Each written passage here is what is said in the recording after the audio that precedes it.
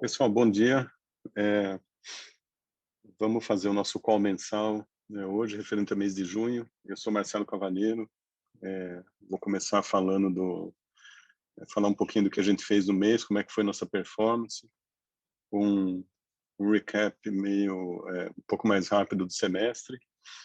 E depois vou passar para o Elson, que ele vai detalhar um pouco mais os cenários que a gente está vendo aí pela frente, tá? Vamos lá.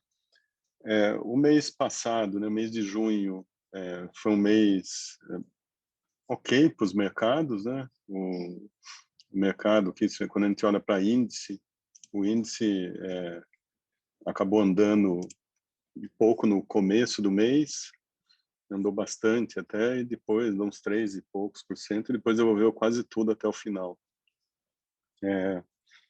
A gente teve uma performance, né, no Safari. O fundo subiu 3,1 no mês passado, mais ou menos, né, depende do fundo, mas por volta de 3,1. E com destaque para algumas teses, né, que a gente já vinha falando há bastante tempo, e que tem assim como pano de fundo, né, principal, a evolução da vacinação no Brasil. A gente finalmente passou por um pace assim muito mais rápido do que a gente vinha vindo até então. Os dados, assim, grosso modo, a gente passou de 21, 22% para 34% mais ou menos de vacinados em primeira dose. Então, assim, o mês de junho, né, a gente subiu praticamente 50% o número de vacinados em primeira dose, o que é bastante. E a gente viu as curvas de quem já foi vacinado, né, curva de internação e mortes, cair substancialmente. Então, assim, isso dá mais força ainda para nossa tese de reabertura, e que é onde a gente está mais focado com a carteira nesse momento, né? A gente já vem falando bastante disso desde o começo do ano, mas acho que chegou a hora de tudo isso aí começar a ir para preço.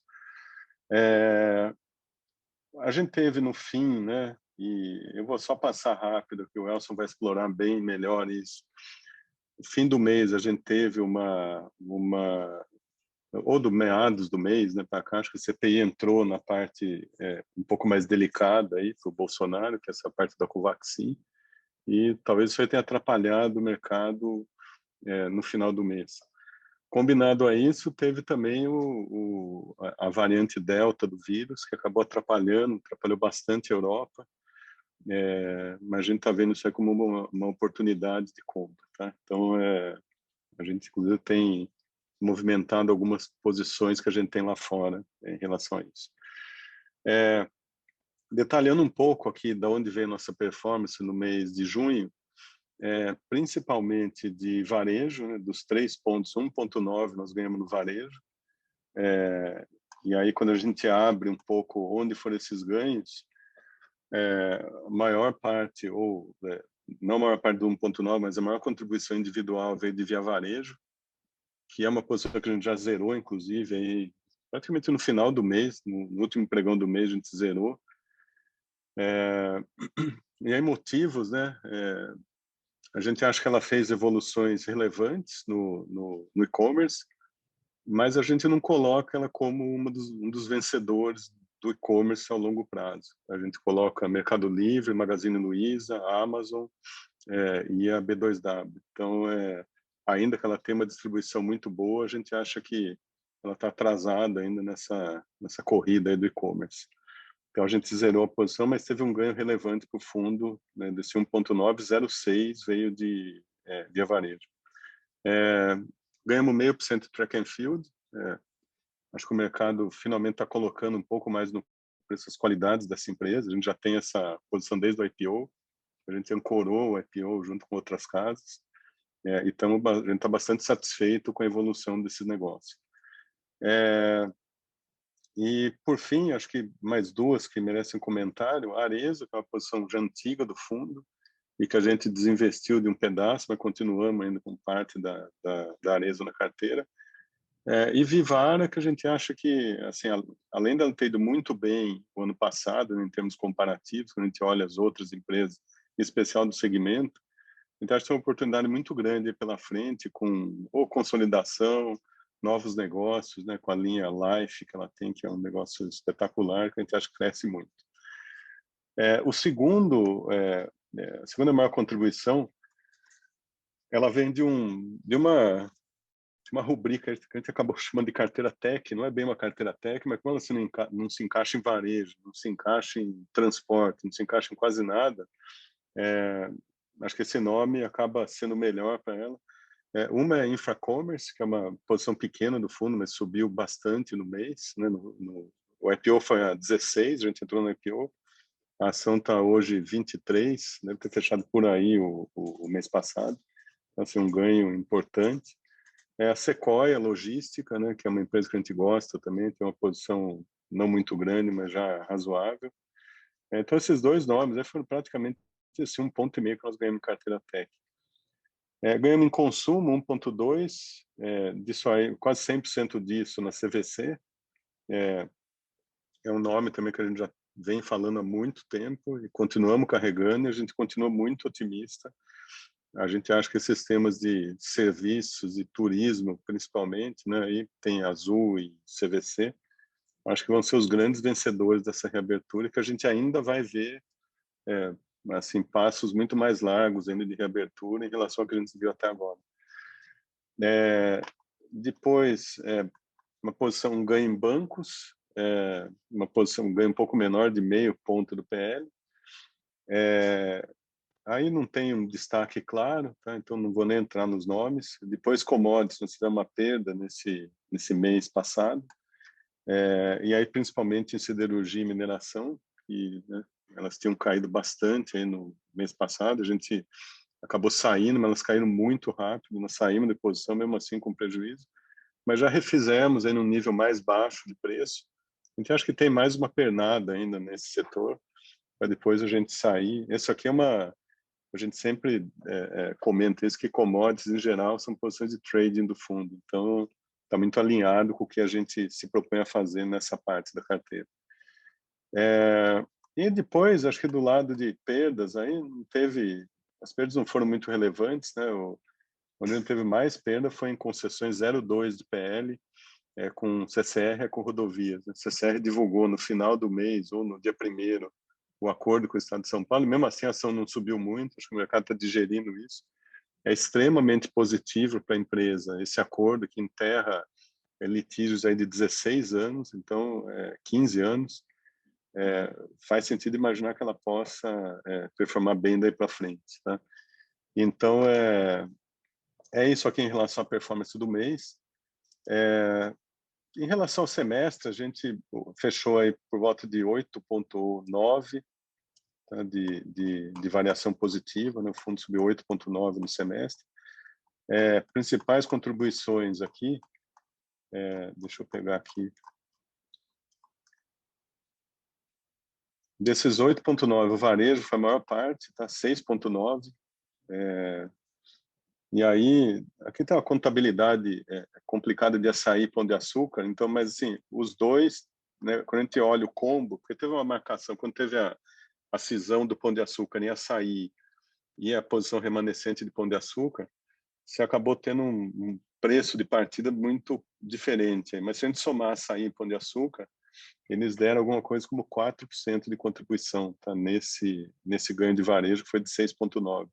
Então, disparado, foi o maior ganho que nós tivemos, que é uma posição que a gente tinha lá de trás, a gente vinha insistindo muito que o mercado não estava olhando para o açaí que estava ali dentro, que era uma joia dentro do Pão de Açúcar, da mesma maneira que hoje não está enxergando a soma das partes no Pão de Açúcar remanescente. Tá? A gente tem hoje, de novo, posição em Pão de Açúcar. Então, só para então contextualizar que o grande ganho veio do Pão de Açúcar e Açaí. Um grande ganho também em bancos, 3,3 pontos. Principal deles, praticamente 70% disso veio do BTG. Depois em consumo, 3 pontos. Maior parte, ou tudo disso aí veio de CVC. 2 bem em commodities, aí principalmente em Suzano e Gerdau, uma perda em Petro e BRF. E depois não tem mais muitos destaques. Aí na parte de perdas, uma posição em Ânima, que a gente já desfez, tem uma perda de 1 ponto, e depois não tem nada muito relevante, tá? Nenhuma posição muito relevante de perda. Então, acho que, assim, os destaques aqui, de fato, foram os destaques micro da carteira, que a gente olha, coisa que a gente olha a fundo, que é o que a gente sempre diz que é o nosso ganha-pão aqui, né? Olhar a empresa, entender a empresa e ganhar dinheiro com a empresa que a gente entende, que a gente carrega. Então, nada mais natural que os ganhos viessem daí. Um pouco de posição de agora, de como é que a gente abriu esse segundo semestre, né? Ou encerrou o primeiro, dada essa visão positiva ainda para varejo e para reabertura, nós temos, né, para reabertura, então nós temos varejo, uma posição de quase 40% do PL, e aí com algumas movimentações a gente fez em relação ao que a gente tinha antes, temos de novo Magazine Luiza na carteira, uma posição grande, quase 5 do PL, Centauro, a gente vem fazendo posição ao longo do tempo, uma empresa que a gente acha que tem uma oportunidade enorme de crescimento com a Nike, né? Centauro assumiu a Nike no Brasil por pelo menos 10 anos. E o grupo Hering Soma, que a gente já vem falando há bastante tempo, que nós achamos muito barato. A gente acha que em algum momento o mercado também vai compartilhar dessa nossa visão. A gente acha a Hering uma empresa excepcional, com uma posição de fábrica excepcional, com uma marca única no Brasil. Não tem nenhuma empresa que seja tão conhecida quanto a Hering nessa parte de vestuário. Conhecida em qualquer idade, em qualquer classe social. Então, é uma marca espetacular, que certamente vai ser mais bem trabalhada agora dentro do Grupo Sono, onde também tem sinergias incríveis aí entre a produção de coisas do Soma nas fábricas Hering, pessoal do Soma trabalhando melhor, né, a marca Hering, fazendo um cross-selling ali das marcas Soma dentro do universo Hering. Então, assim, tem um monte de coisa. A empresa ainda não podia falar porque o CAD estava analisando. O CAD agora já, ontem, ele admitiu a operação, então ela vai ser feita sem restrições. Então, a gente continua, assim, muito otimista. A gente acho que, assim, é uma posição que, assim, tem muita coisa para andar ainda para ir para preço. Depois uma parte grande em consumo, 15% do PL, aí CVC e Azul, eu já falei dessas duas posições. CVC é metade desse 15, um pouco mais até.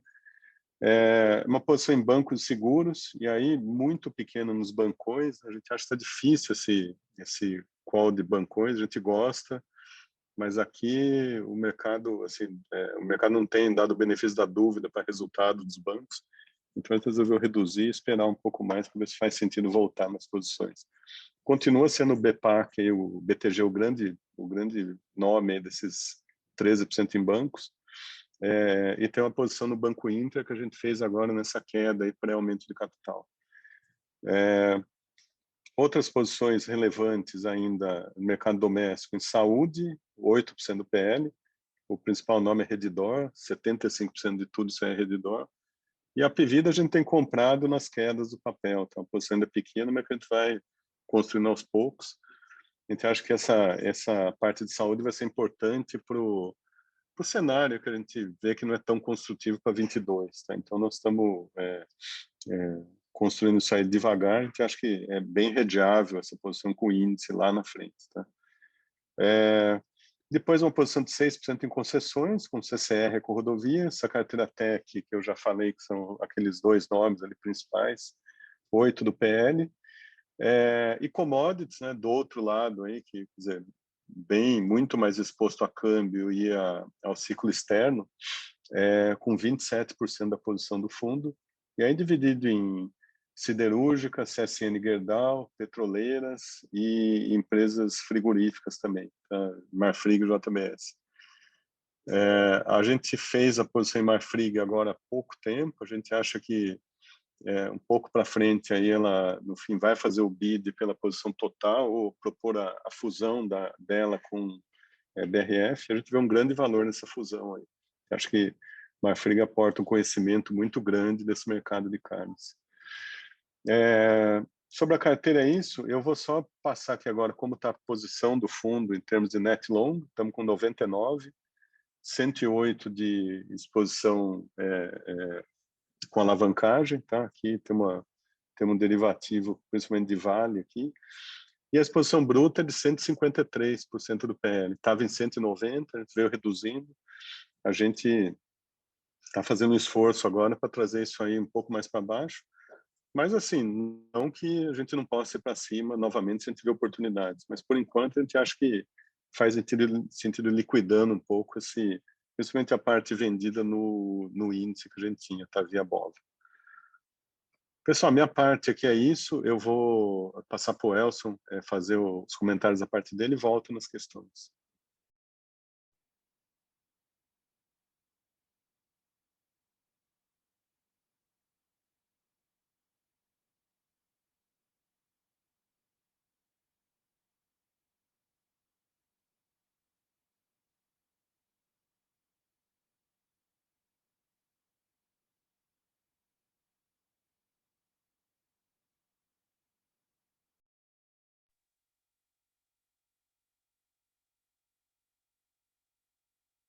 O Elson está com um problema técnico aqui, ele já volta. E agora, me ouve? Tá bom. Então, deixa eu falar daqui. Vou falar sem fone, mas bom, vocês viram, a gente segue bastante comprado. Eu acho que a gente está um pouco menos de posição doméstica do que a gente estava no final do mês passado, mas ainda bastante, né? 2/3 aí da nossa carteira é consumo, varejo e bancos. Ainda tem uma posição de commodities que a gente diminuiu ao longo do mês e voltamos agora mais recentemente. Está um pouco mais diversificada, né? O Marcelo detalhou isso bem, tem proteína, tem siderúrgicas, tem Vale. Mas ainda é uma história, a gente gosta muito da história de recuperação, tanto de Brasil quanto lá de fora. Eu acho que o grosso da história ainda é uma história de reopening aqui de Brasil. Tá? Nem tudo disso está no preço, não. Nesse curtinho aí, eu acho que o mercado, Marcelo comentou isso, o mercado, principalmente para a US, já tinha muito dado bom. E você pega a variante Delta e se espalhando por alguns lugares, gerou um pouco de ansiedade, tirou um pouco do pace do mercado no final do mês. Eu acho que isso é um pouco... Foi mais realização, no fundo. O ciclo ainda é muito bom para esse trimestre próximo. E a Delta, é claro que é um risco, tem que olhar. Essa doença é uma doença muito traiçoeira, né? Ela evolui muito rápido. Mas todos os lugares que você está tendo o outbreak acontecendo, onde nos países que já estão imunizados, hospitalização não mexe. Então, é um negócio que acelera contágio, mas não tem muito efeito sobre hospitalização em alguns países, mas aí talvez sejam os que têm uma preponderância de vacinação Pfizer ou Moderna, nem contágio acelera muito. Tá? No caso de Latam, é curioso isso, mas para o Brasil, por exemplo, a Delta não aparece no acompanhamento do governo brasileiro, da Fiocruz. Muita gente diz que pode ser uma questão de tempo, mas muita gente diz também que assim, os primeiros casos de Delta que apareceram já há algum tempo, esse negócio não se disseminou, pode ser porque a variante brasileira seja dominante. Enfim, mas esse risco, ele existe, mas ele parece baixo hoje, olhando para os dados. Tá? Acho que foi mais uma realização lá fora. Hoje, com o payroll, o mercado está voltando a comprar um pouco mais os cases de growth. Faz sentido, foi um payroll bom. Foram 850 mil empregos criados, é um bom número. Mas ainda tem muita folga no mercado de trabalho. Né? O desemprego lá subiu um pouquinho, sabe, de 5,6% para 5,9%. Que eu acho que a gente pode começar daí para tentar entender um pouco global, porque a gente ainda gosta da história. Tem esses ruídos, é verdade, mas no fundo você ainda tem uma história de uma janela de liquidez que deve ir mais ou menos até o final do ano. De onde vem isso? Por que isso é importante? Eu acho que o mercado ele está olhando para um monte de coisas evidentes quando vai precificar risco agora, mas a grande variável é taper, mais até do que o momento que o Fed vai começar a subir juros. A gente sabe que antes de subir juros ele vai ter que começar a diminuir as compras. Por isso também que quando o Fed fez a mudança de projeções deles lá, e trouxe o aumento de juros na projeção lá, mediana do FONC para 23, e já tem gente falando em 22 lá dentro do FOMC, o mercado mexeu tanto. Porque, no fundo, antes disso, você tem que mexer no horizonte de tapering, que está melhor ancorado, para começar a mexer na curva de verdade. Tá? O que influencia o tapering, eu acho? Essas coisas. Uma, assim, a gente está passando por um choque muito grande de preços, todo mundo sente isso, é global, inflação de bens, commodities, e agora com reabertura você tem uma normalização de preços de serviços também, tudo que tinha desconto está subindo. Está muito forte em US. E aí tem que ver como é que isso impacta sobre expectativas. Quer dizer, uma coisa é você ter o efeito aqui de preço relativo, que é transitório, muda patamar de preço, não muda a inflação adiante. Outra coisa é você ter mudança no processo inflacionário. Tá? E quando eu olho para os números de inflação ou para expectativas de inflação do US, curto prazo, evidente, mexe, porque você está mexendo na inflação corrente. Mas se você pegar as inflações mais longas e olha para o 5 to 5, que é o quinto ou 10º ano, a inflação está rodando em 2,3 lá nas implícitas. Esse negócio rodava 2,8 lá atrás, já falei esse dado acho que várias vezes para vocês. Tem muita folga aqui ainda do ponto de vista de expectativas. Então a gente ainda está, do ponto de vista do ciclo de liquidez, tem mais pernas para vir. O Fed tem folga aqui. Se ele tem folga aqui, ele vai olhar para o mercado de trabalho. Tá? E o mercado de trabalho, apesar de estar no pace bom, o gap ainda é grande. Mesmo com esse payroll de hoje, a gente ainda tem 6 milhões e 700 mil empregos para fechar os empregos perdidos ao longo da pandemia. Tá? Não vejo o Fed fazendo muita mudança antes de ter convicção de que a gente está indo nessa trajetória de fechamento. Quando é que você vai ter mais clareza sobre o mercado de trabalho? Eu acho que quando você tirar os estímulos de seguro-desemprego, vouchers, etc., que o americano médio está recebendo nesse período. Esse troço vai ficar mais claro a partir de setembro. Setembro, você começou a tirar já, tá? Nesse período de junho já tem um pouquinho. Julho é mais forte, estados republicanos tiraram. Mas, assim, setembro acaba. E aí você tem uma cara boa do que é o mercado de trabalho, sem essas distorções que a expansão fiscal estava criando, tá? Que essas transferências estavam criando.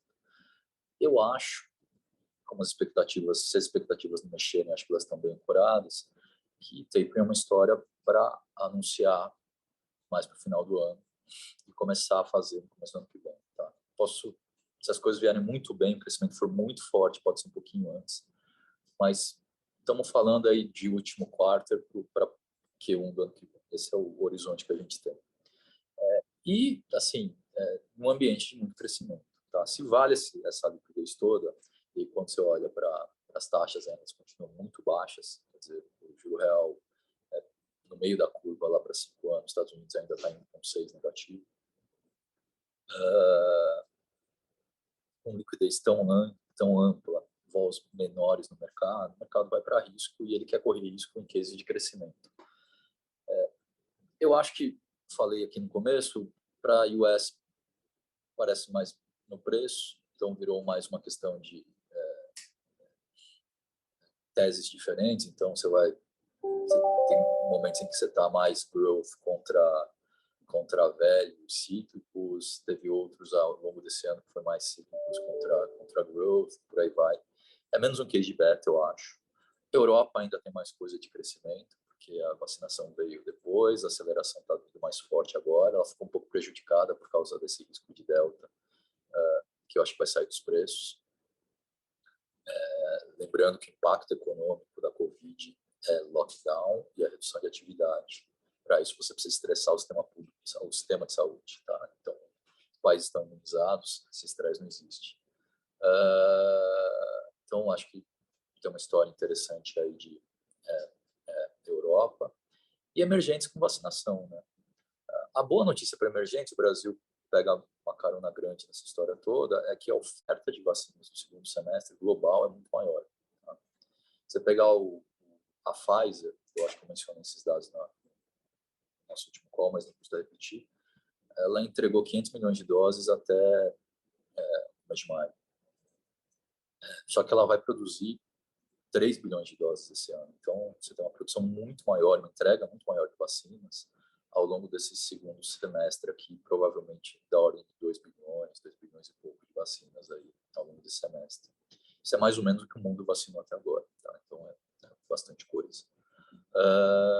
A China, ela está vacinando 23 milhões de pessoas por dia. É tudo vacina local, a gente sabe disso. Me diz que a capacidade de produção da China está rodando em torno disso. E é impressionante porque em abril essa capacidade produtiva era de 5 milhões de doses. Esse ramp-up de produção veio, ela está produzindo isso tudo, ela tem um target muito grande agora para junho, né, acabou de passar, de vacinar, imunizar 40% da população, ela provavelmente conseguiu. E aí, agora, eu acho que para frente a ideia é vacinar os adultos até o final do ano. Então, com essa escala de produção, vai sobrar mais vacina de lá também, as vacinas e insumos. Essa é uma história para emergência. Assim, aí começa a ter vacina para emergência. E o mercado começa a olhar para isso, nessa janela maior de liquidez, ou uma janela de liquidez que a gente ainda tem, o mercado começa a olhar para isso. Tá? Vamos olhar para o Brasil. O Brasil está bem posicionado, eu acho, nessa história.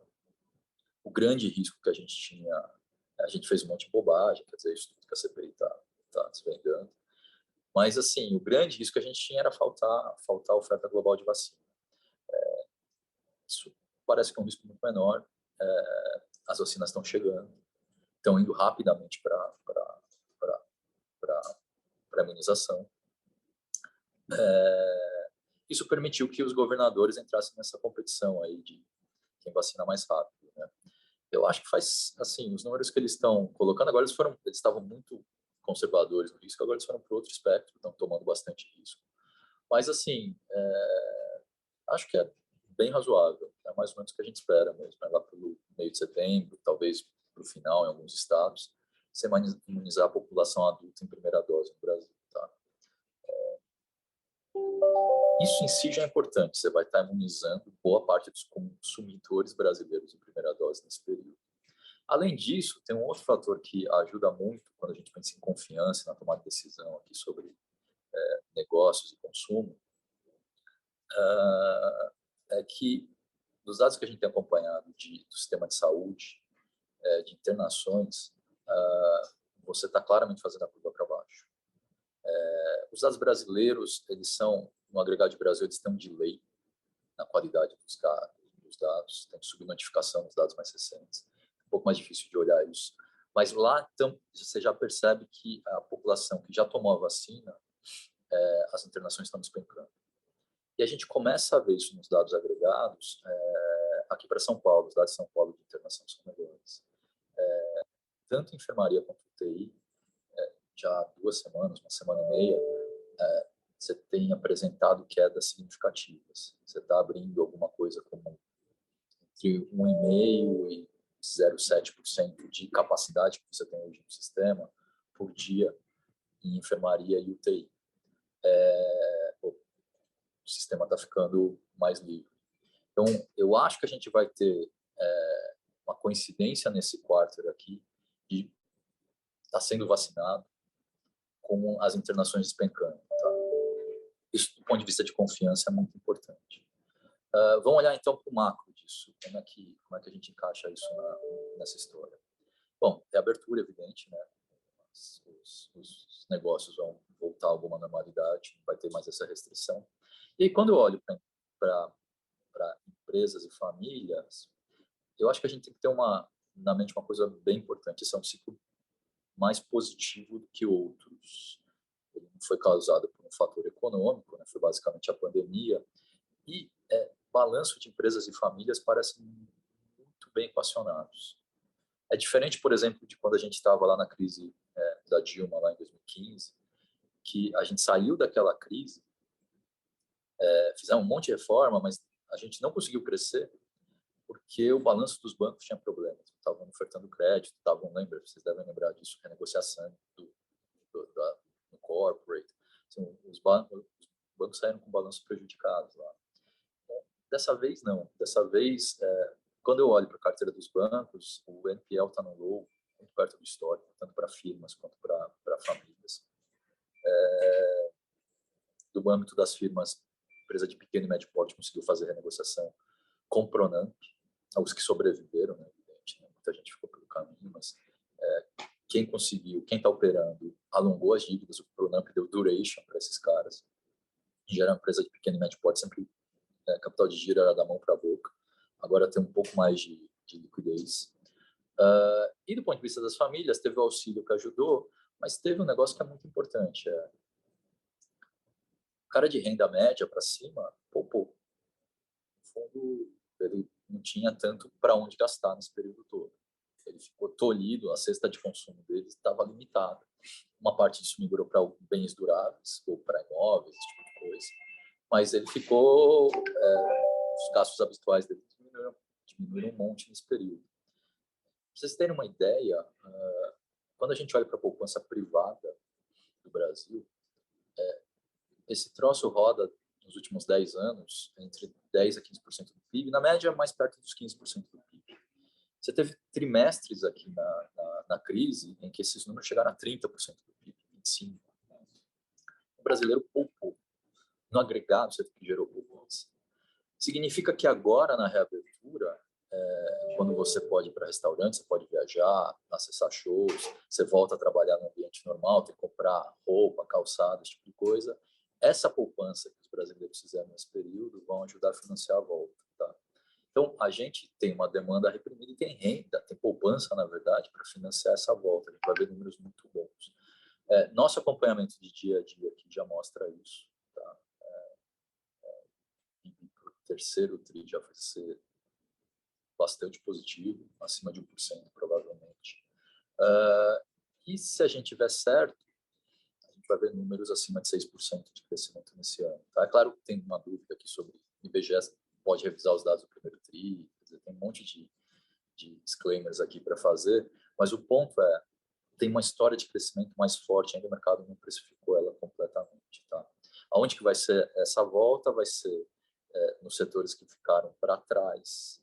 Estamos falando de serviços, então, viagens, restaurante, passagem aérea, turismo, todo esse negócio vai bombar. E estamos falando de uma classe de bens que está mais intermediária. O brasileiro, e todo mundo, na verdade, no período da pandemia, consumiu muito alimento em casa e usou parte da poupança para comprar eletrônicos, eventualmente usou uma parte da poupança que ele já tinha para comprar imóveis, para reformar a casa. O meio, que são semiduráveis, é basicamente vestuário, calçados, esses bens mais de uso pessoal, ficaram para trás. E esse troço depende também de reabertura. Então, nós vamos pegar isso. Tá? Se você olhar para a nossa carteira, então, quer dizer, a compra vem disso. Acho que é uma história de liquidez com crescimento aqui. Tem que estar comprado no Brasil. E a concentração nesses cases deriva da gente esperar uma aceleração muito forte na demanda nesses segmentos agora com a reabertura. Deixa eu falar 2 minutos aqui sobre risco. O grande risco que a gente vê nesse cenário está lá mais para frente. É o fiscal no ambiente de taper. Eu falei aqui que o juro real, grande cuja oportunidade do mundo, né, que é o juro real americano, está muito baixo, é verdade. 1,6 negativo para 5 anos, não vai ficar. Provavelmente, quando você começar o taper, essas taxas vão começar a subir de uma maneira mais consistente. Talvez um pouco antes, é verdade, é todo um processo que vai acumulando ao longo do tempo. Mas, assim, para ter uma ideia do tamanho do movimento, essas taxas reais, essa parte intermediária da curva, estavam em 1% positivo no pré-pandemia. Se você fizer, não vai ser do dia para a noite, mas essa é uma história que vai maturando ao longo de 22, se você fizer 250, 260 bases de mudança para cima no custo de oportunidade real global, se a nossa taxa tiver que arbitrar para isso, e a gente subir 250, 300 vezes na nossa taxa real de juros, nosso juro real, nessa parte intermediária, vai para 6, 6,5. E aí, qualquer exercício de dinâmica da dívida fica difícil parar em pé. A gente precisa fazer primário mais rápido. Uma coisa é você equilibrar a dívida com a taxa de juros a 3,5, 4. Outra coisa é você fazer isso a 6, 6,5. Tá? É mais difícil. O mercado vai ser muito mais seletivo que o Brasil, tem menos liquidez, vai ser seletivo com o mundo, mas no caso brasileiro a gente pode estar piorando com a vista de dinâmica da dívida. E a gente vai precisar fazer primário mais rapidamente. Para fazer primário mais rapidamente, a gente precisa voltar para as reformas, e aí 22 e eleição entra no centro do debate do que vai acontecer com o mercado brasileiro. Tá? Não é para agora, essa é uma história para, eu acho, ao longo do ano que vem, mas é lá que está o risco. Então, para lá, a gente vai ter uma posição muito mais defensiva se essas coisas evoluírem dessa maneira. Tá? Então, esse é o primeiro ponto. Tem um segundo risco que acho que está fazendo um pouco de preço nesses últimos dias, o Marcelo mencionou, esse é mais de curto prazo, que é impeachment. A questão do impeachment, assim, se você perguntar para 10 analistas políticos, os 10 vão falar, 9, vai, sendo justo aqui, vão falar que o risco é muito baixo, que você tem o Lira, que você tem o Aras, esses caras estão alinhados com o governo, que é ótimo para o Centrão da maneira que está, que o Mourão não articula uma alternativa, como o Temer articulou lá atrás. Você tem uma série de elementos para dizer que o impeachment tem probabilidade baixa no base case, e é o meu base case, é o nosso base case aqui também. Mas a gente tem que ter em mente o seguinte, que esse negócio é não linear. Tem um limite em que você passa, em que o impeachment, a dinâmica do impeachment começa a ganhar vida própria, ela meio se realimenta e se impõe. Eu acho que para ter uma ideia do que é esse limite, tem que olhar para a popularidade do Bolsonaro. Abaixo de 20% de ótimo bom, ele começa a entrar numa zona de mais risco. A gente também está vacinando, e vai ter mais gente na rua ao longo do tempo. Então, aqui tem um problema para ele no curto prazo. Mais para frente, talvez a economia ajude ele. Mas aqui no curto prazo, ele tem uns 2, 3 meses que ele está vulnerável. As últimas pesquisas, hoje saiu uma do Instituto Ideia, aí, com o exame, por exemplo, o ótimo e bom dele já está em 23%, é baixo. É difícil você tirar um presidente com 23% de ótimo e bom, mas já está no nível mais perigoso. E esse foi o mês em que a vacinação acelerou, né? Impressionante como ele não capturou isso. E o ruim péssimo dele já está 54%, a Dilma era 60%. Então, ele está numa dinâmica que é complicada, que quebrou alguns cristais, 20% da população dessa pesquisa diz que mudou de opinião em relação à corrupção do governo, acho que teve corrupção. Então, a CPI está fazendo um efeito. A gente tem que ver onde isso equilibra. Hoje ainda parece distante, mas a dinâmica não ajuda. Se esse negócio vier se aproximar dos 15%, aí os pedidos vão queimar na mão do Lula. E aí o Centrão vai começar a repensar. Isso acho que está gerando um pouco de instabilidade no mercado, justificável, porque a gente não sabe exatamente qual é a reação do Bolsonaro. Para o gringo, é um negócio, especialmente para o gringo vinha vindo, é um negócio um pouco mais difícil de compreender. Mas, olhando mais adiante, eu acho que existe essa turbulência, mas o risco de impeachment é positivo para o mercado. Por quê? Porque muda a dinâmica da eleição de 22. Se isso acontecer, o base case é que não aconteça. Mas, de novo, é não linear. Se isso acontecer, e é rápido, se a gente entrar nesse tipo de dinâmica e o Bolsonaro deixar de ser PL para 22, a eleição fica sendo entre Lula e um cara do centro. Em condições normais, o cara do centro é favorito. Tá? E vai ser, de novo, uma eleição em que você precisa estar discutindo retomagem de reformas. Então, quando a gente pensa qual que é a decisão que a gente tem que tomar aqui, como é que a gente vai incorporar isso para risco, net, acho que não faz sentido a gente diminuir por causa disso. Tá? Claro que a gente está olhando para a volta, mas não faz sentido a gente diminuir por causa disso, porque o efeito, se nada acontece, a gente segue num ciclo, no base case, o governo fica onde está, tem todo o ciclo econômico para recuperar, lá na frente a gente vai ter que diminuir a posição porque o ciclo vai estar maduro. Se a gente tiver, se for para o outro lado, a gente tiver errado, mas o impeachment pega pace, ele é não linear, no final dessa história diminui o risco de longo prazo, porque diminui o risco eleitoral, aumenta o favoritismo do cara de centro, mesmo que a gente não saiba quem que é o cara de centro. Então, net, por enquanto a gente está acompanhando, mas a gente não mexeu posição para isso não. Acho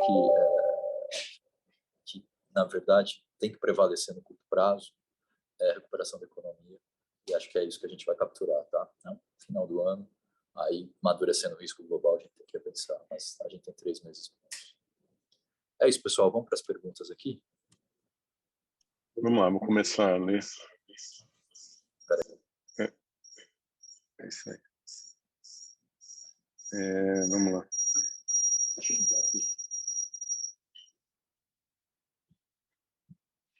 Uma primeira pergunta aqui. Como estão vendo lojas americanas e B2W, novo momento a partir da fusão?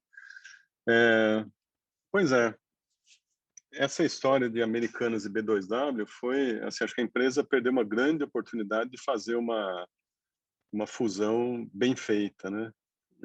Eles fizeram ali uma atrapalhada, assim, não ajudou em nada, né? O mercado esperando isso aí há tantos anos, né? Juntar as operações e eles conseguiram fazer uma atrapalhada desse tamanho. Então, assim, a gente gosta, mas eu acho que o que aconteceu, né, com o B2W no passado, ela cresceu menos do que o mercado. Esse ano também vinha vindo pior. O que ela fez aí foi baixar o take rate dela. Então, a gente precisa ver agora nos dados a gente tem visto aí alguns dados antecedentes que a gente tem, que ela não tem performado tão bem quanto os outros, tá? Então, a gente precisa ver o resultado, como vai ser. Mas eu, assim, acho que tem alternativas melhores, né? Foi uma das maneiras, um dos motivos que fez a gente desinvestir de Americanas, B2W também, que a gente teve por um tempo, e investir nas outras. Então, eu acho que as outras estão muito mais saudáveis para capturar esse crescimento, seja de e-commerce, seja de omnichannel, né? Ela agora, eu acho que essa estrutura nova nada mais faz do que iguala ela às outras, a Magazine Luiza, Via Varejo, né, que são as duas aí que tem lojas físicas também. Mas não parece ser, acho que precisamos esperar um pouco mais de tempo para ver como é que ela performa. Vou passar para a próxima. Nos últimos 30 dias, o setor de utilities, concessões e properties malls caíram até 12% além da queda do Ibov. Esse ajuste é justificável ou muda o interesse e apetite dos gestores para esses nomes?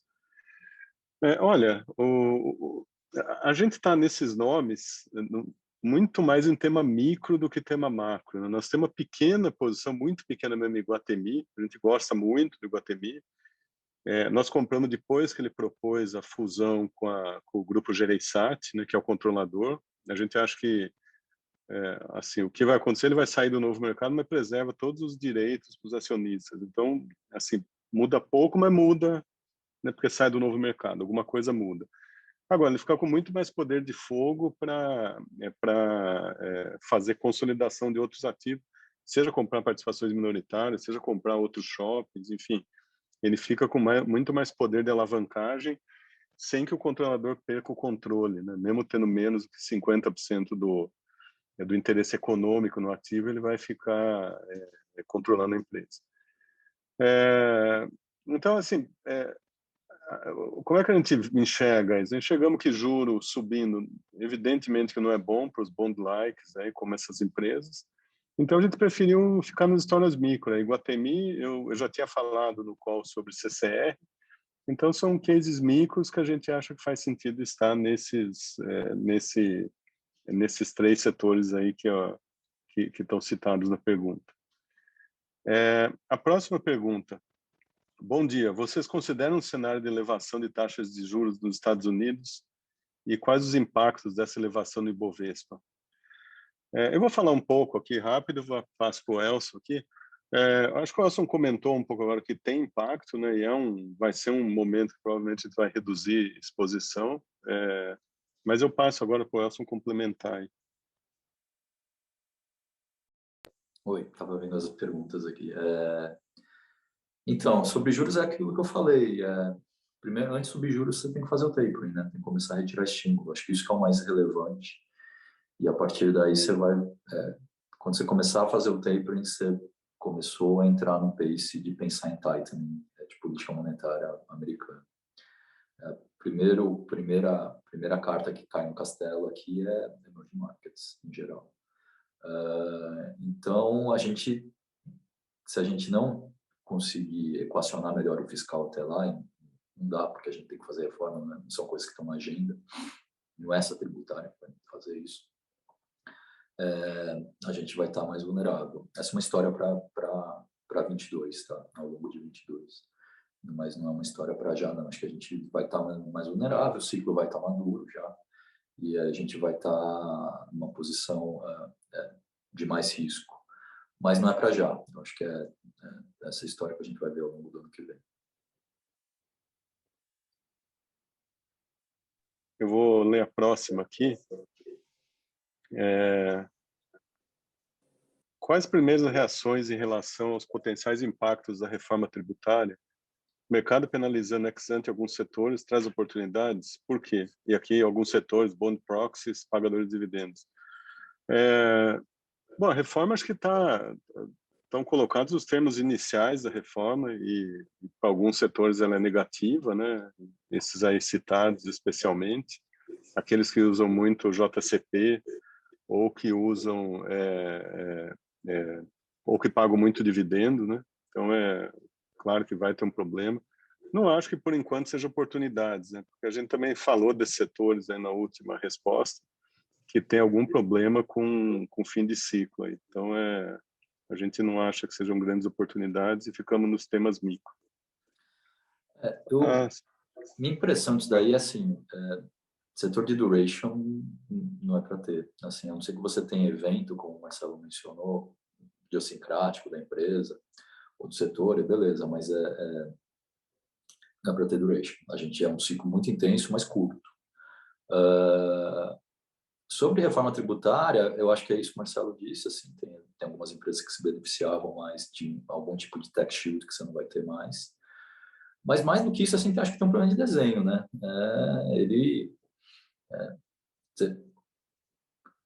Eu acho que você tributar dividendos e tributar menos a empresa, do ponto de vista de investimento para a empresa, CAPEX, é uma boa decisão.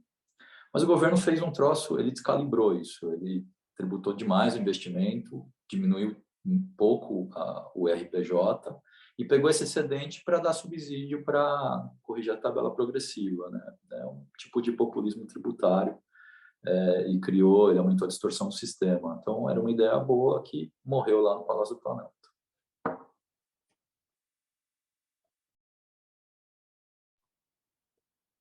Vou passar para a próxima aqui. Bom dia, conheço a casa pela XP que tem resgates de cotização acima de 30 dias. Tem alguma com cotização com prazo menor? Nathalie, você quer comentar essa? Claro, na verdade, a gente está transformando todos os fundos D30, D45 para D30, e isso começa a valer a partir do dia 31 de agosto. Então, os resgates pedidos a partir do dia 31 de agosto já vão ser 30 dias. Ser pagos em 30 dias, que de uma maneira mais preciosista são 27 dias corridos mais 2 dias úteis.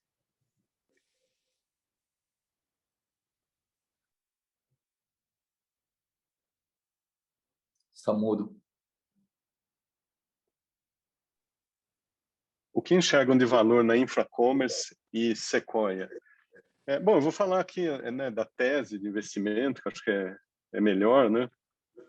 As duas empresas estão envolvidas em última milha, mas também em processamento de vendas, né? Inclusive pode ser com o financeiro da venda, o recebimento, todo o processo. Por exemplo, quando você compra o café da Nespresso, você recebe uma caixa da Sequoia. É a Sequoia que faz toda a gestão de estoque, emissão de nota, então presta todo esse serviço. Não só para ela, faz também para a Nike ainda hoje, eventualmente não faça no futuro. Mas sim, tem um campo gigantesco para as empresas.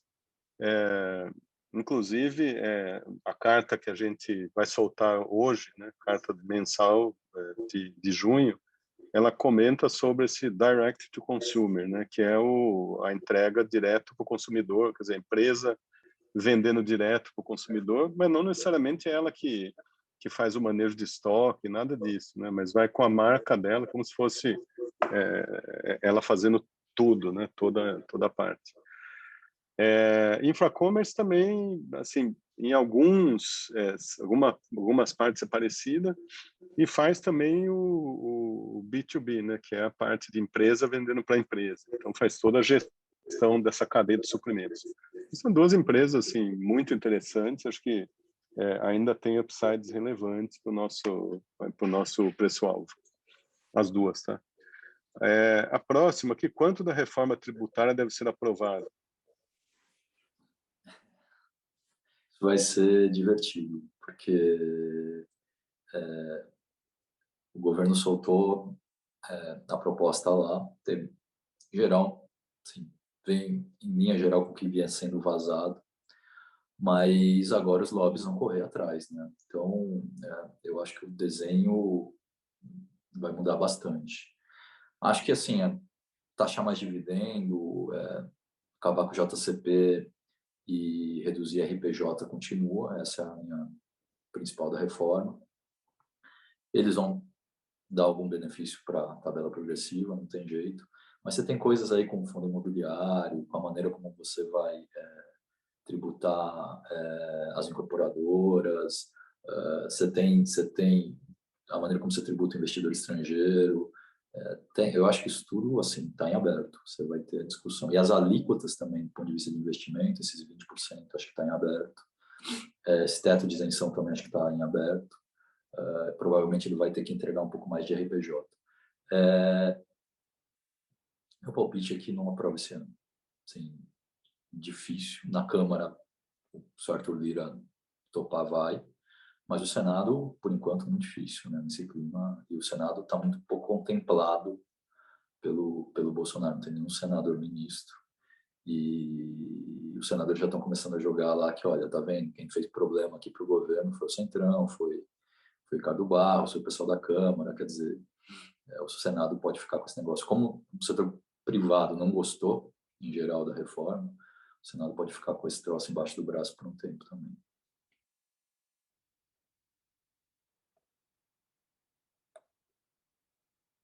Vou ler a próxima aqui. Wilson, você fecha aí o seu, por favor.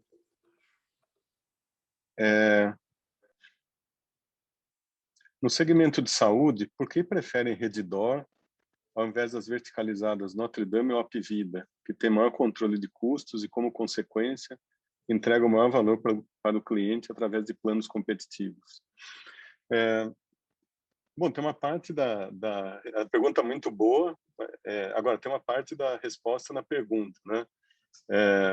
De fato, Notre Dame ou Apvida, que provavelmente vão ser uma só no futuro, entregam valor interessante, mas para tickets mais baixos, né? Elas não atuam nessa faixa de mercado onde a Redditor atua. A Redditor atua basicamente com os planos de saúde mais caros, né? Sul América, Bradesco, entre outros aí que tem no mercado.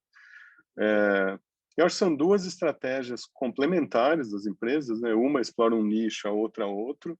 A Redditor não vai verticalizar, então aí você vai ter esses caras, cada um prestando um tipo de serviço. Agora, você pode ter um controle melhor de custo, sim. Eu acho que a gente tem visto a inflação médica subindo muito mais do que a inflação normal, talvez 2 ou 3 vezes o que sobe a inflação anualmente. Então, faz sentido, eu acho que isso aí já tem acontecido, né? Mas provavelmente é uma pauta relevante dessas empresas, essa redução de custos, seja, por exemplo, internando menos do que precisa, no caso dos planos da Redditor, eu estou dizendo, né? Porque no verticalizado, naturalmente, como o controle do prestador de serviço total sobre a jornada do cliente inteira, ele não vai deixar o cliente nem um minuto a mais do que ele precisa num leito do hospital. No outro, ele pode deixar, porque como o hospital está cobrando, o hospital, deixa ele mais um dia aí. Só que o plano de saúde está pagando e o cliente está pagando no fim das contas. Então, assim, tem que achar um jeito de administrar melhor esse custo médio. Mas são coisas, assim, complementares, a gente gosta das duas, para falar a verdade. A Apvida, ela vem muito mal nesse ano, praticamente no preço combinação de negócio com a Notre Dame, e a gente tem uma posição ainda pequena em Apvida, a gente vem comprando devagar, à medida em que a ação cai um pouco, a gente compra, não estamos com muita pressa para montar a posição, mas é uma posição que provavelmente vai ser maior do que um pouco menos que 2 que nós temos hoje, tá? Tem uma boa liquidez também. Tem mais uma pergunta aqui ainda. Posso só emendar uma dessa aí? Claro. Acho que nesse setor tem um drive que é mais macro, mas é bem importante, que é a queda de internação. A gente vai ver números bem melhores aí nos próximos meses, tá? Isso ajuda muito na eficiência do setor, margem, etc. Né? Eles operam uma eficiência muito maior, sem Covid. E aí, olhando mais um pouco mais adiante, parece um setor ótimo para você estar médio e longo prazo para o Brasil, né? Demographics ajuda, o ciclo é menos relevante, tem toda essa coisa aí, como a Sara mencionou, por vários aspectos de fusão e de crescimento deles, assim, que são bem interessantes, e são alternativas para quando o ciclo ficar mais difícil, esse momento vai estar chegando, para a gente ter alfa. Acho que esse é um grande gerador de alfa num momento um pouco mais difícil no ciclo, tá? Eu vou só aqui também recomplementar aí, que é o seguinte, né? Quando a gente olha a performance de todas essas empresas, a gente teve um acúmulo de IPOs também, veio o re-IPO da DASA, aumento de capital da Redditor. Aliás, né, uma empresa que a gente gosta muito, admira a Redditor, mas aumento de capital completamente fora de hora, né? Não tinha nenhum motivo para fazer esse aumento de capital, apesar da empresa ter dito que tinha 1000 motivos. Não tinha nenhum motivo para ter feito esse aumento de capital naquele momento. Foi muito parecido com a Renner, né, que chamou o aumento de capital de 4 bi para fazer o quê? Crescimento orgânico. Quer dizer, para que precisa? Para nada, não precisa. Então, assim, matou o papel do mesmo jeito que Redditor matou o papel com esse aumento de capital. Então, por um tempo, o mercado fica digerindo esse monte de dinheiro que ela pôs para dentro sem precisar absolutamente desse dinheiro naquele momento. Mas, assim, é isso aí que o Elson falou, diminui a internação, e a tese de longo prazo é espetacular, né? Consolidação de hospitais no Brasil, uma alternativa de plano de saúde, que é o cara que está saindo do SUS, fala, pô, eu quero ter um plano de saúde, Apivida e Notre Dame. Então, acho que é perfeito isso aí. Vamos ali para a última, que ficou aqui, e eu vou passar para o Elson essa. Olá, bom dia. Qual a visão de vocês para o câmbio? E vocês têm posição em juros brasileiros?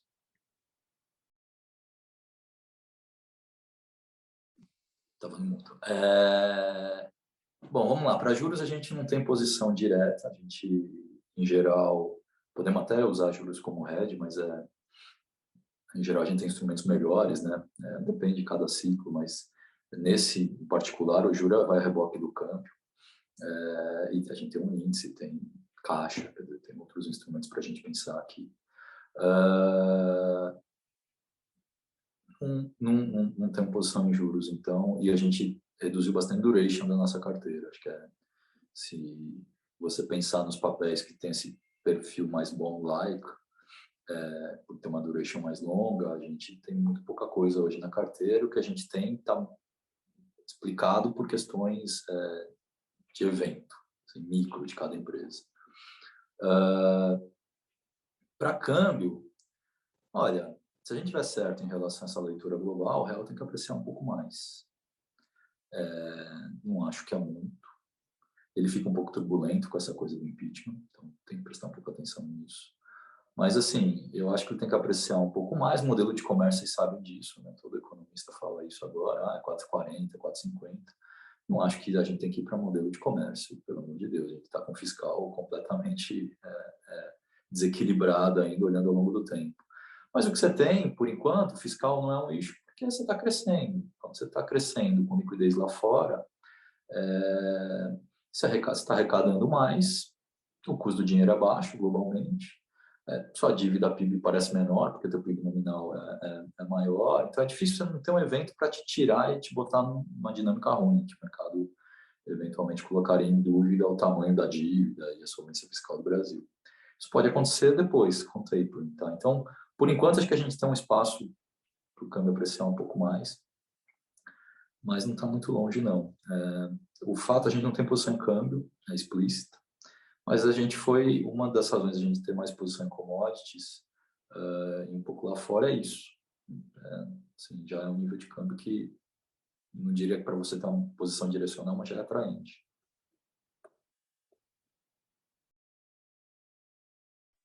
Eu vou ler a última aqui sobre Lojas Marisa, se ela seria um alvo do processo de consolidação.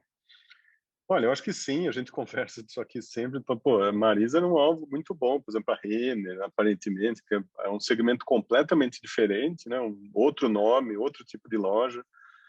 É, mas eu não sei, tem que ver também a disposição do vendedor, mas aparentemente sim. Ela tem, assim, passado, né, nos últimos N anos aí, por um processo muito difícil de baixo crescimento de vendas, problema com estoques, problema com coleções, né, que leva ao baixo crescimento de vendas.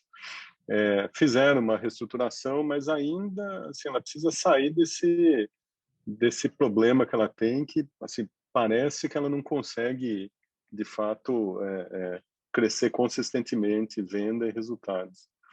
Mas pode ser um hábito de consolidação, sim, tranquilamente. Eu não sei porque ainda não foi. Gostaria de saber também. Acho que é isso. Deixa eu ver se não tem mais alguma. Acho que não. Então eu vou aqui agradecer a todos que participaram. Obrigado mais um mês aí por quem participou do call, por quem está investindo com a gente. Obrigado pela confiança. Eu vou passar para o Elson fazer as considerações dele também. É isso, pessoal. Bom, obrigado mais um mês aí. Obrigado pela confiança de vocês todos. A gente está aqui à disposição, tá bom? Mês que vem estamos aqui de novo. Até mais.